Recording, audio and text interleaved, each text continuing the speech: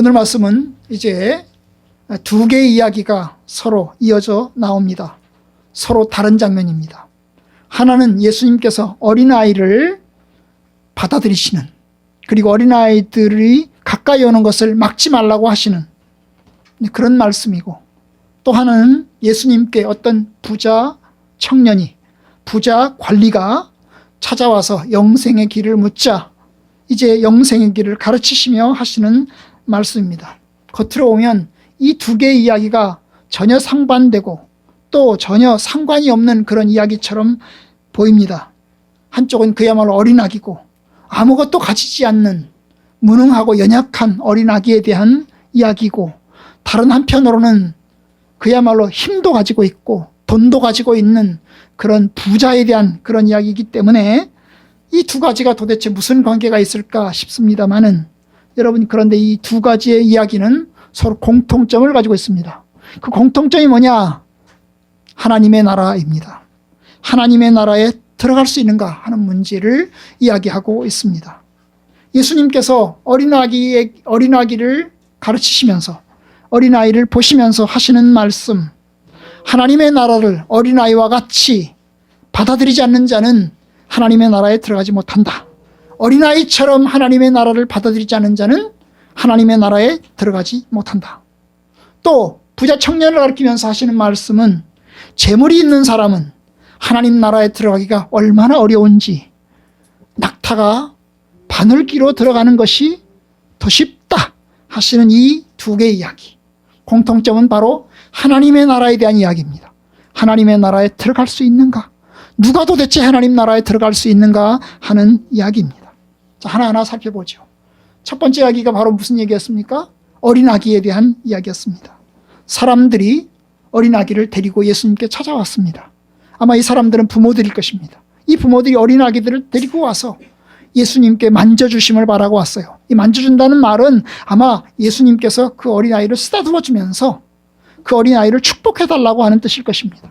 왜냐하면 그 당시에 이제 사람들은 존경하는 분에게, 존경하는 랍비나 존경하는 선생님에게 아이를 데리고 찾아가서 우리 아이를 위해서 축복기도 해달라 이렇게 부탁하는 것이 관리였기 때문에 아마 예수님께도 그런 일이 있었던 거지요. 그래서 이 사람들이 어린아이를 데리고 예수님께 찾아온 겁니다. 우리 아이를 위해서 축복기도 해주세요. 우리 아이를 위해서 하나님의 선한 가르침을 좀 가르쳐 주세요. 그런데 여러분, 이 찾아온 사람들에게 제자들이 꾸짖습니다. 제자들이 꾸짖어요. 이 찾아온 사람들, 어린아이를 데리고 온 이 부모들과 어린아기를 향해서 무안을 주면서, 사람들에게 공개적으로 무안을 주면서 꾸짖습니다. 뭐라고 꾸짖었을까요? 오지 마세요. 예수님은 너무나 바쁩니다. 아마 그들은 예수님께 너무나 바쁘기 때문에 예수님께 찾아온 사람들을 위해서, 예수님이 어린아이들을 이제 상대로 해서 행위를 하다 보면, 뭔가를 하다 보면 또 여러 종류의 사람들이 찾아올 거고, 그러면 예수님은 무진장, 그러지 않아도 피곤하고 답답하고 바쁜데 도대체 어떻게 할 건가 싶었을 겁니다. 그래서 이제 예수님을 위해서 제자들은 예수님의 보호를 위해서 이제 사람들을 향해서 꾸짖은 것입니다. 예수님이 너무나 힘들고 어렵기 때문에 꾸짖는 것이 예수님을 위한 것이라고 생각을 해서 이제 꾸짖었던 것입니다. 그런데 예수님은 그렇게 꾸짖는 제자들을 향해서 오히려 제자들에게 무안을 주고 제자들을 책망하고 제자들에게 가르침을 주십니다. 그 가르침이 뭐냐 하면, 어린아이들이 내게 오는 것을 용납해라. 그리고 금하지 말아라. 하나님의 나라는 이런 자들의 것이다. 여기서 말하는 이런 자들은 어린아이들과 같은 사람들을 이야기합니다. 바로 하나님의 나라는 이 어린아이들과 같은 자들의 것이니라. 그러시면서 예수님께서 또 이야기를 하십니다. 바로 내가 진실로 너에게 이르노니 누구든지 하나님의 나라를 어린아이와 같이 받아들이지 않는 자는 결단코 거기 들어갈 수 없느니라. 아주 강력한 이제 가르침을 제자들에게 줍니다. 하나님의 나라가 누구의 것인 줄 아느냐? 바로 어린아이들의 것이다. 그런데 하나님의 나라를 어린아이들처럼 받아들이지 않는 자, 이게 받아들인다는 말 리시버입니다. 리시버. 하나님의 나라를 수용하고 받아들이는 그 어린아이들처럼 받아들이지 않는 사람은 하나님의 나라에 결단코 들어가지 못한다. 여러분, 여기서 어린아이들이 어떻게 하나님을 받아들입니까? 아마 어린아이들은 아무런 힘이 없습니다. 스스로 할 줄 아는 게 아무것도 없습니다. 그들의 공로를 내세울 수 없고 공적을 내세울 수 없습니다. 그들의 능력을 자랑할 수 없습니다. 그냥 받아들일 수밖에 없습니다. 마치 지난 시간에 보았던 바리새인과 세리처럼 생각하시면 되겠어요. 여러분, 바리새인은 자기의 능력이 있습니다. 그래서 율법을 잘 지킵니다. 공적도 잘 쌓습니다. 11조도 잘 냅니다. 안식일도 잘 지킵니다. 금식도 합니다. 여러분, 그는 모든 것을 다 할 수 있는 능력과 권한과 자격을 가지고 있습니다. 떳떳합니다. 그런데 반면 세리는 워낙 자기 자신이 악하고 또 죄를 많이 지었기 때문에 하나님 앞에 내세울 것이 아무것도 없습니다. 자랑할 것이 아무것도 없습니다. 그냥 하나님이 주시면 받고 하나님께서 나를 불쌍히 여겨서 나의 죄를 용서하시면 감사한 것입니다. 바로 이런 바리새인과 세리를 염두에 두시면 좋습니다. 어린아이는 누구와 비슷할까요? 바리새인과 비슷할까요? 아닙니다. 어린아이들과 비슷한 것입니다. 하나님의 은혜에 감사하고 또 어린아이들처럼 순전하게 믿을 수 있는, 그리고 철저하게 하나님을 신뢰할 수밖에 없는 그런 어린아이인 것입니다. 여러분, 어린아이들은 공로를 내세우지 않습니다. 자격을 주장하지 않습니다. 스스로 쟁취하지도 않습니다. 그런 힘도 없습니다. 그런 능력도 없습니다. 그냥 받습니다. 마치 어린아이들이 부모들에게 이끌려서 예수님께 나아오듯이 예수님의 이끌림을 통해서 하나님의 백성이 되는 것입니다. 그냥 받는 겁니다. 그냥 받는 겁니다. 그들은 그냥 부모에게서 모든 것을 받습니다. 옷도 받고 음식도 받고 아무것도 스스로 할 수 있는 것이 없습니다. 누가 하나님의 나라에 들어갈 수 있을까? 노력해서 들어간다는 말이 아닙니다. 하나님 앞에 자랑할 수 있는 것이 아무것도 없다는 겁니다. 내가 떳떳하게 내 능력을 자랑할 수 없습니다. 내가 한 일도 자랑할 수 없습니다. 내가 뭔가를 기여했다는 것도 자랑할 수 없습니다. 그냥 은혜로 받는 겁니다.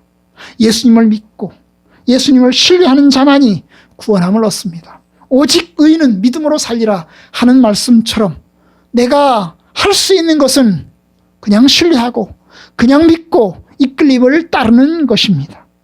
바로 그것이 오늘 하나님의 나라에 대한 가르침이에요. 누가 하나님의 나라에 들어갈 수 있습니까? 오직 이끌려서 의지하고 따르는 사람만 하나님의 나라에 들어갈 수 있습니다. 내가 내 공로, 내 능력 자랑할 수 없습니다. 두 번째 가르침을 봅시다. 두 번째 가르침, 장면이 바뀝니다. 이제 어린아이들과 정반대로 이제 성인, 부자 관리가 등장합니다. 그는 예수님께 찾아와서 이야기를 합니다. 선한 선생님이여, 내가 어떻게 하여야 영생을 얻으리까? 그는 신분도 있고 돈도 있는 부자입니다. 그런데 그는 다른 부자들과 달리 영생에 대한 관심이 있습니다.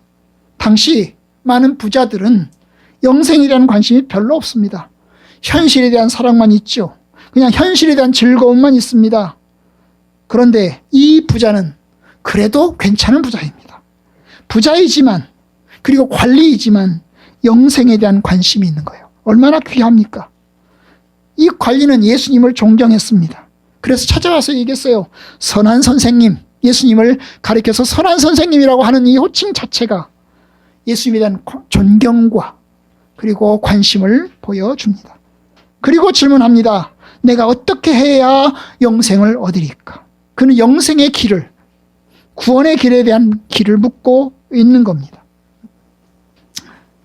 그런데 여러분, 이 부자의 질문, 내가 무엇을 하여야 영생을 얻으리까 하는 이 말씀 속에는 어떤 전제가 들어있죠. 내가 무슨 행위를 해야, 내가 어떤 공로를 쌓아야 내가 구원을 얻겠냐 하는 것입니다. 이에 대하여 예수님은 반박합니다. 선생님이라는, 선한 선생님이라는 말에 내가 어찌 선하다고 하느냐? 하나님 한 분 외에는 선한 이가 없느니라 하면서 이제 계명을 이야기합니다. 네가 어떻게 해야 한다고 하니 내가 그 어떻게 해야 하는 것에 대한 답변을 하겠다. 그것이 바로 간음하지 말라, 살인하지 말라, 도둑질하지 말라, 거짓 증언하지 말라, 내 부모를 공경하라 했느니라. 여러분이 아는 것처럼 10계명에서 5번째 계명부터 시작해서 9번째 계명까지입니다. 이 계명을 지키라는 거죠. 이 계명을 가르쳐주면서 10계명에서 10계명 10가지 중에서 5가지를 가르쳐주면서 이것을 지키라고 했다라고 이야기를 했어요. 예수님 말씀 5번째부터 9번째 계명이죠. 여기에서 첫 번째 계명 그리고 10번째 계명은 언급하지 않았습니다. 왜 그랬을까요? 잘 모르겠어요. 다만 이 모두 다 공통적인 건 뭐냐면 행동에 대한 계명입니다. 마음에 대한 계명은 언급하지 않았어요. 행동에 대한 계명을 언급했습니다. 그러자 부자 청년 당당하게 이야기를 했어요. 이것은 내가 어려서부터 다 지켰습니다. 다 지켰다는 거죠. 내가 어려서부터 다 지켰다는 겁니다. 율법을 지키는 훈련을 받으면서 자랐어요. 집에서 율법을 잘 지켜야 된다는 율법의 가르침을 받으면서 자랐어요. 좋은 교육을 받았죠. 부모님을 잘 만나서 율법을 지키는 훈련을 받으면서 자랐습니다. 사실 쉬운 게 아닙니다. 그런데 그것도 지키면서 받았어요. 여러분, 가난하게 살면, 힘들게 살면 율법을 잘못 지킵니다. 북한에 사는 사람들은, 북한에는 군인들은 여러분 도둑질하는 걸 배운답니다. 왜냐? 북한에서 군인들에게 먹을 것이 충족하게 주어지지 않기 때문에 자기네들이 살기 위해서 옆에 민가의 것을 훔쳐다가 먹는답니다. 그럴 수밖에 없죠. 가난하니까요. 먹을 것이 없으니까요. 그런데 여러분, 이 율법을 지키는 훈련을 받은 이 사람, 집이 부자이고 넉넉하고 여유로우니까 부모님으로부터 풍족한 물질도 받으면서 동시에 율법 교육도 받은 것입니다. 그러니까 교육을 잘 받은 거죠. 좋은 집안에서 자랐던 것입니다. 그래서 그는 한 번도 계명을 자기가 어긴 적이 없다고, 철저하게 완벽하게 다 지켜왔다고 자랑을 했습니다. 그는 마음의 문제를 생각하지 않았습니다. 예수님이 행동의 문제를 말씀하셨기 때문에 행동의 계명을 다 지켰던 것입니다. 예수님이 이 계명을, 행동에 대한 계명을 가르친 것은 구원받기 쉽다는 것을 이야기하고자 했던 것일까요? 계명을 잘 지키면 구원받는다. 그러니 너 계명 잘 지켜라. 그걸 이야기하고자 했던 것일까요? 아마 그렇다면 여기서 그래, 너 계명을 잘 지켰구나. 그럼 너는 구원받았다. 너는 이미 영생의 길을 얻었다. 그러니 너는 복받은 사람이다. 그렇게 이야기를 했을 겁니다. 그런데 예수님은 그 이야기를 하고자 하지 않았습니다. 오히려 부자 청년이 내가 율법을 잘 지켰다라고 이야기를 하니까 예수님께서 이제 거기에 대한 반박으로 예수님께서 이야기를 하십니다. 그게 뭘까요? 바로 22절입니다. 예수께서 이 말을 들으시고 이르시되 내게 아직도 한 가지 부족한 것이 있으니 라고 이야기합니다. 계명을 잘 지켜왔지만 하나님 앞에 충분하지 않다는 것을 이야기하는 겁니다. 그는 계명을 잘 지켜왔어요. 어릴 때부터 훈련을 잘 받아왔어요. 그런데 주님 보시기에는 충분하지 않고 부족하다는 거예요. 아마 이 부자 청년도 생각했을 거예요. 자기가 어릴 때부터 계명을 잘 지켜왔지만 이게 충분할까? 내가 어릴 때부터 엄마 아빠로부터 율법에 대한 훈련을 받으면서 율법을 열심히 지키려고 노력해왔다. 그런데 내가 구원받기 이게 충분할까? 아마 그 자신 스스로도 확신이 없어서 예수님을 찾아왔을 겁니다. 어떻게 해야 구원의 확신이 있을까? 어떻게 해야 하나님 앞에 충분할까? 이런 생각을 했을 겁니다. 문득 뭔가 부족하고 또 불안하고 또 평안을 얻지 못한 그런 마음 가졌던 것입니다. 성실하게 살았지만 율법을 지키는 일에 최선을 다했지만 그래도 영생에 대한 확신은 없었던 것입니다. 예수님은 그 부자의 마음을 아셨어요. 그래서 이제 그의 부족함에 대한 이야기를 하십니다. 내게 한 가지 부족한 것이 있다. 겉으로 보면 흠이 없고 도덕적으로 종교적으로 훌륭한 사람이지만 한 가지 부족한 것이 있다라고 이야기한 거예요. 그러면서 이야기합니다. 내게 있는 것을 다 팔아 가난한 자들에게 나눠주라. 그리하면 하늘에서 내게 보화가 있으리라. 그리고 와서 나를 따르라. 여러분, 이게 뭘 이야기할까요? 예수님은 여기서 첫 번째 계명을 이야기하는 겁니다. 너에게 한 가지 부족한 것이 있다. 바로 그것은 너의 마음에 관한 문제다 하는 겁니다. 이 첫 번째 계명이 뭐죠? 나 외에 다른 신을 내게 두지 말아라. 나 외에, 하나님 외에 다른 신을 두지 말아라. 여기서 다른 신은 외형적인 신이 아닙니다. 여기서 다른 신은 마음의 신을 이야기합니다. 마음의 중요한 가치를 이야기합니다. 마음에 가지고 있는 중심을 이야기하는 겁니다. 그 중심은 바로 뭐에 대한 겁니까? 예수님께서 보시기에 그것은 재물에 대한 관심이었고 돈에 대한 사랑이었습니다. 예수님께서 보시기에 그의 신은 재물의 신이었습니다. 만일 재물을 포기할 수 없다면 그는 첫 계명을 위반한 것이고, 또한 마지막 계명도 그러합니다. 마지막 계명은 뭐죠? 탐내지 말라죠. 탐내지 말라. 재물에 대한 탐심을 이야기하는 겁니다.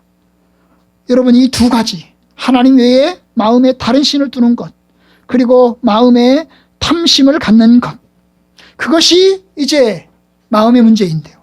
예수님은 그것을 보신 겁니다.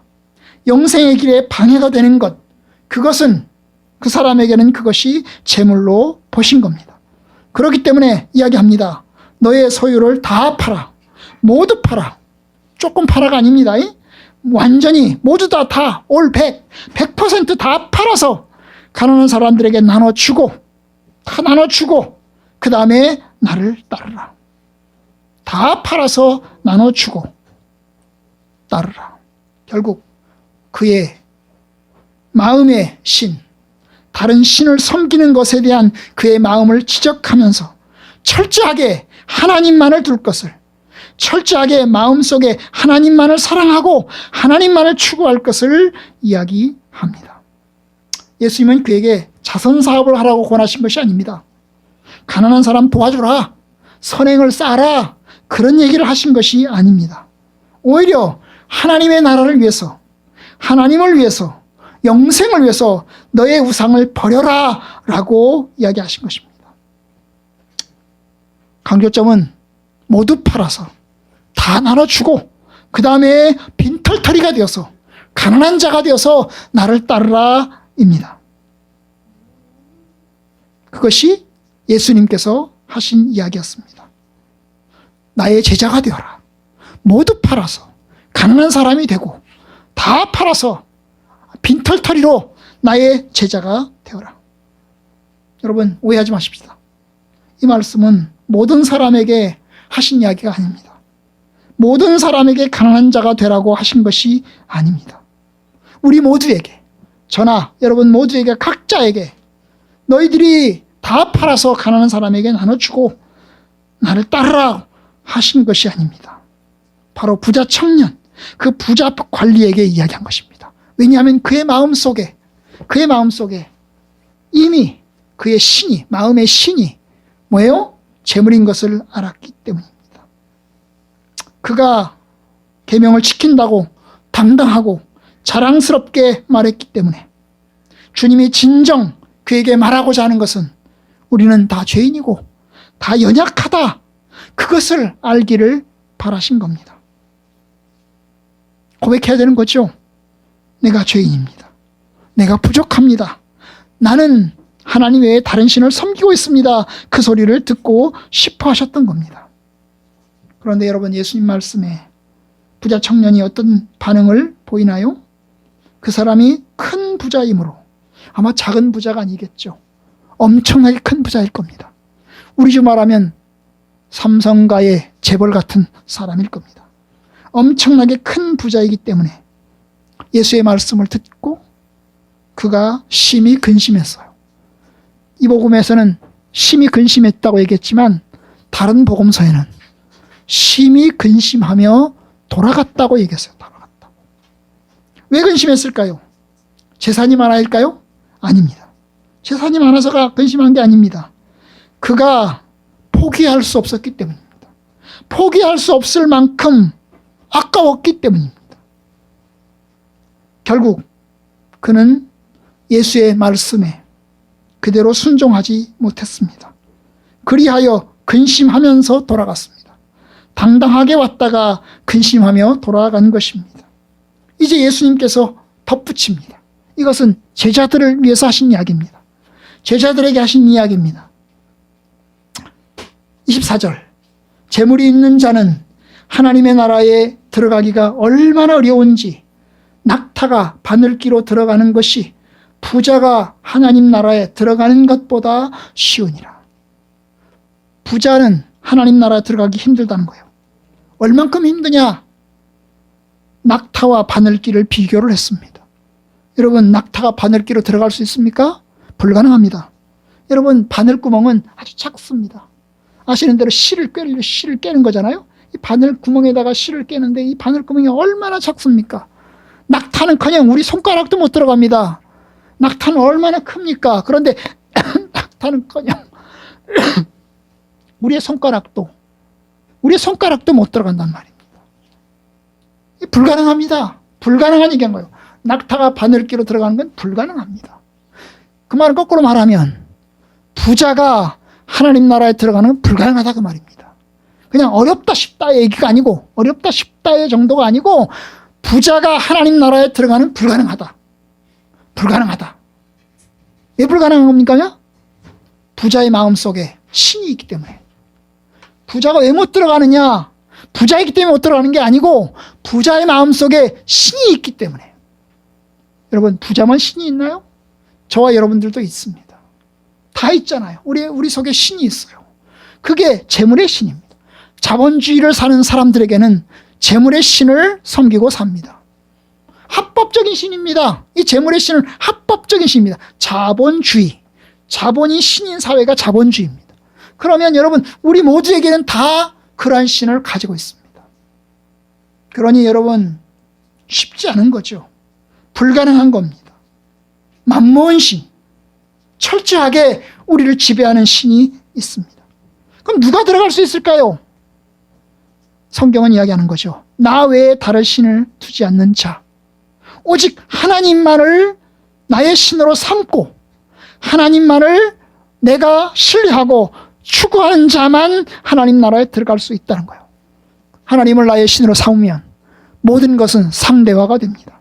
상대화. 하나님만이 절대적인 분이고 하나님만이 유일하신 분이고 나머지는 전부 다 상대화시키는 거예요. 여러분, 상대화라는 게 뭐예요? 그냥 도토리 키재기처럼 그냥 뭡니까? 아무것도 아닌 것처럼 취급하는 것이 상대화입니다. 상대적이라는 거예요. 상대적이라는 거예요. 아무리 부자라도, 아무리 가난한 사람도 상대적이라는 거죠. 절대적인 게 아니라는 겁니다. 바로 이 오직 하나님의 통치, 하나님의 다스림의 모든 것을 바라는 사람만 하나님 나라에 들어갈 수 있다는 거예요. 그것을 주님이 이야기하시는 겁니다. 여러분, 제가 생각해 봅니다. 재물이 없던 시절, 아니 저희가 아주 가난했던 신혼 때, 저희 아이들을 키울 때 주은이, 주영이가 아팠습니다. 뭐 밤에 열이 나고 펄펄 열이 끓어요. 그럼 우리가 약국에 갈 돈도 없고 병원에 갈 돈이 없었습니다.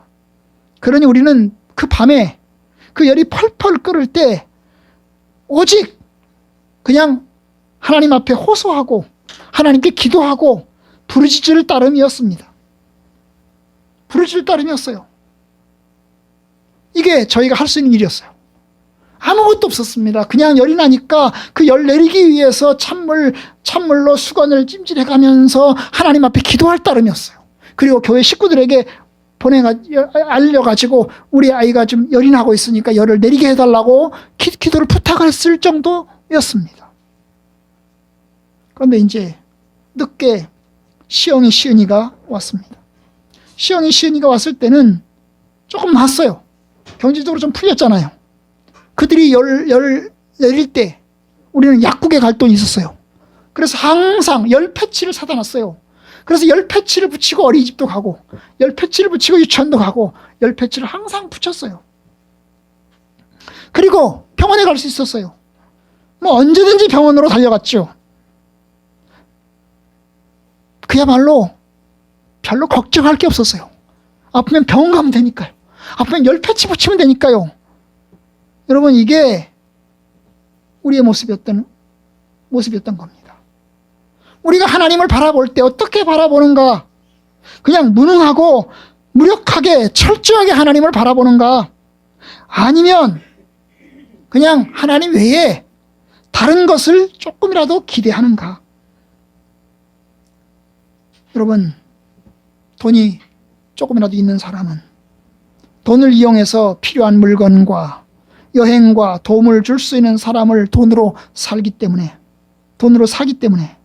삶의 결핍, 하나님의 필요를 별로 느끼지 못합니다. 재물은 곧 권력과 성공을 의미합니다.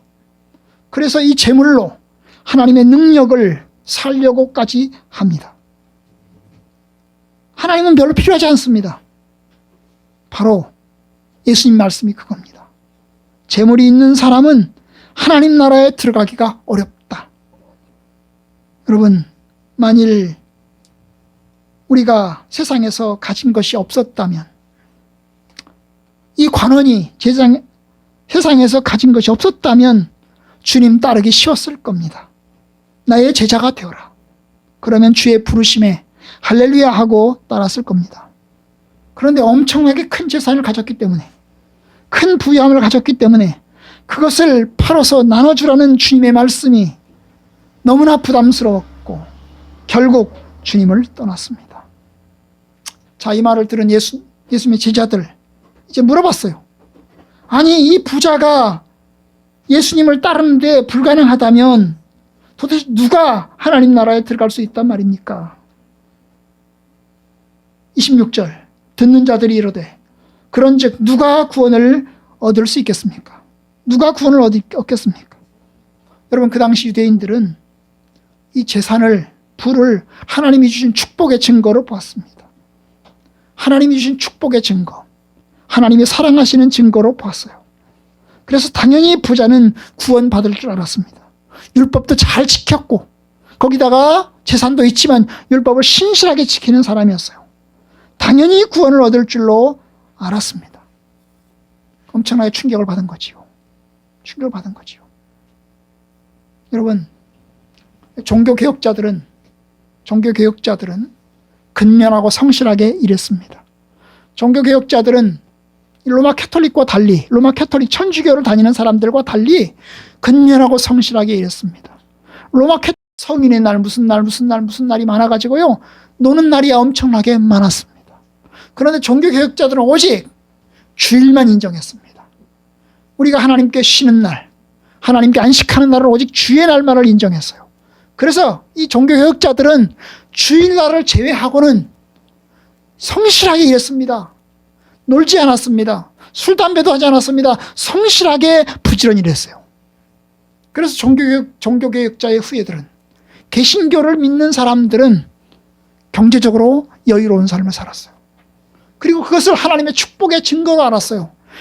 내가 하나님을 열심히 섬기고 하나님의 뜻대로 열심히 성실하게 일한 그 대가로 하나님이 주신 축복으로 이해를 했습니다. 여러분, 그게 종교개혁자들의 후예들입니다. 마치 그 당시의 유대인들이 그랬던 거지요. 유대인들은 경제적인 여유가 하나님이 주신 표시, 하나님이 주신 축복의 표시로 생각을 했던 것입니다. 그래서 여러분, 하나님이 주셨기 때문에 하나님이 주신 은혜의 표시요, 사랑의 표시요, 율법을 잘 지키는 성실함의 표시로 이해를 했기 때문에 당연히 부자는 구원받을 줄 알았습니다. 그런데 이 구원받은 사람들이라고 생각되는 이 부자들이 하나님 나라에 들어가지 못한다는 이야기를 듣고 제자들은 너무나 충격을 받았습니다. 그래서 물어본 거지요. 그럼 도대체 누가 구원받을 수 있겠습니까?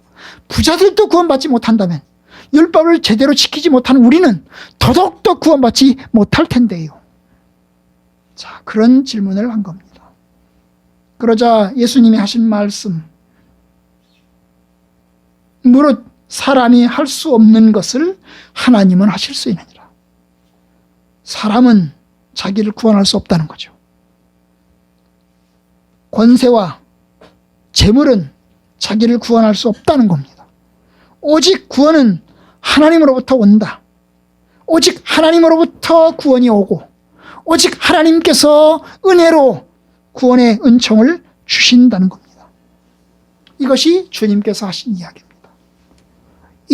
일맥상통합니다. 어린아이들과 부자 청년에게 하신 말씀이 일맥상통합니다. 어린아이들은 아무것도 못합니다. 무능합니다. 아무것도 자랑할 것도 없습니다. 내세울 것도 없습니다. 여러분, 오직 무능한 아무것도 할 수 없는 어린아이들이 하나님의 은혜로 하나님의 구원의 은총으로 영생을 얻고 구원의 길에 들어섭니다. 그것이 주님이 오늘 하시고자 하는 이야기입니다. 제물로 구원받는 게 아니고 공로로 구원받는 게 아니고 율법을 잘 지키는 것으로 구원받는 게 아니고 오직 하나님의 은혜로 구원받는다. 여러분, 여기서 우리가 두 가지 교훈을 얻습니다. 하나는 바로 이 얘기입니다. 아무것도 못하는 어린아기들, 무능하고 연약한 어린아기들, 그런데 철저하게 신뢰하는, 다른 사람을 신뢰하는, 부모를 신뢰하는, 그리고 의지할 수밖에 없는 그 무능한 연약함, 그 겸손함이 결국 구원을 얻는다는 겁니다. 여러분, 우리가 하나님 앞에 내세울 게 있나요? 없습니다. 자랑할 게 있나요? 없습니다. 하나님의 은혜일 따라입니다. 그런데 부자는 권세를 자랑합니다. 부를 자랑합니다. 그 부와 권세를 신으로 생각합니다. 그래서 너무나 많은 것을 가지고 있어요. 그래서 주님을 따르기 어렵습니다. 여러분, 주님 말씀하시는 건 뭡니까? 너희들이 어린아이처럼 단순하게 받아들여라. 단순하게 의지해라. 여러분, 우리는 무엇을 신으로 삼습니까? 우리는 무엇을 바라보고 삽니까? 하나님의 나라인가요? 아니면 세상의 소유와 재물과 권세와 즐거움일까요? 우리의 신은 뭡니까? 우리의 신은 배를 우리의 신으로 삼고 있습니까? 아닙니다. 오직 하나님을 우리의 신으로, 유일하신 하나님으로 섬겨야 합니다. 너는 나 외에 다른 신을 내게 두지 마라. 하나님만을 너의 신으로 둬라. 하나님만을 유일한 너의 의지할 자로 둬라. 그리고 나머지는 다 어떻게 하라? 상대화시켜라. 다 상대화시켜라. 오직 거룩한 것은 하나님밖에 없다. 그러니 다른 것은 거룩하게 여기지 말라. 그런데 우리는 세상 것을 거룩하게 여깁니다. 세상의 재물을 거룩하게 여깁니다. 그래서 다른 사람의 손대지 못하게 합니다. 네, 여러분, 하나님 외에 거룩한 것은 없습니다. 하나님 외에 유일한 것은 없습니다. 하나님만이 절대적이고 유일한 가치입니다. 두 번째 우리가 오늘 배운 것은 뭡니까? 여러분, 복음이라는 게 얼마나 은혜인가를 배웁니다. 여러분, 구원의 능력에서 우리 인간의 능력은 할 수 있는 게 없습니다. 구원에 있어서 오직 하나님의 은혜의 능력만이 우리를 구원합니다. 여러분, 가난한 사람이 그럼 하나님 나라에 들어간다, 그 얘기를 하고자 하는 게 아닙니다. 가난한 사람은 그럼 부자보다 하나님 나라에 들어가기 쉬우니까 가난한 사람은 그냥 들어간다 하는 얘기를 하는 게 아닙니다. 세리여야 한다, 그 얘기를 하는 게 아닙니다. 우리가 우리 자신의 능력과 우리 자신의 노력으로는 못 들어간다는 거예요. 오직 하나님이 하셔야 한다는 겁니다. 어린아이들이 두 손이 비어 있어서 그래야 받는 것처럼, 그리고 부자는 두 손이 가득 차서 더 이상 받을 것이 없는 것처럼, 놓기가 어려운 것처럼, 여러분, 복음의 은혜는 하나님의 은혜입니다. 하나님의 나라는 물론 가난한 사람들의 것도 아닙니다. 겸손하게 하나님의 나라를 받아들이는 사람만 하나님의 백성이 될 수 있습니다. 내가 붙드는 거 내려놓고 하나님의 은혜를 받아들이는 사람이 결국 하나님의 백성이 되고 하나님 나라에 들어갑니다. 어린아이처럼 되라고 이야기합니다. 내려놓으라고 얘기합니다. 붙드는 것 내려놓으라고 얘기합니다. 그러면 우리는 아무것도 없는 자 같으나 모든 것을 가진 자가 될 것이고, 모든 것을 잃어버리는 자 같으나 모든 것을 얻는 자가 될 것입니다. 주님, 우리에게 어린아이처럼 되게 하여 주옵소서. 주님, 우리가 겸손하고 낮아지는 사람 되게 해 주십시오. 우리가 그렇게 하나님께 나아가야 합니다. 아마 저 여러분들 모두도 다 내가 내 공로 의지에서, 내 능력 의지에서 하나님 나라 들어갈 수 있다, 이런 사람 없을 겁니다. 그죠? 다 연약하고 부족하고 흠이 많습니다. 생각해 봅니다. 여전히 나는 부족하다. 여전히 참 나는 죄인이다. 예수를 40년 믿고 50년 믿었지만 여전히 하나님 앞에 서면 하나님의 은혜다. 내가 믿음으로 살려고 하지만 여전히 부족하다. 그렇게 고백합니다. 여러분들도 여러분의 연약함을 하나님 앞에 내려놓고 하나님의 은혜를 감사하고 또 주님의 공로를 의지하고 주의 말씀대로 사는 저 여러분들 되기를 주님의 이름으로 축복합니다.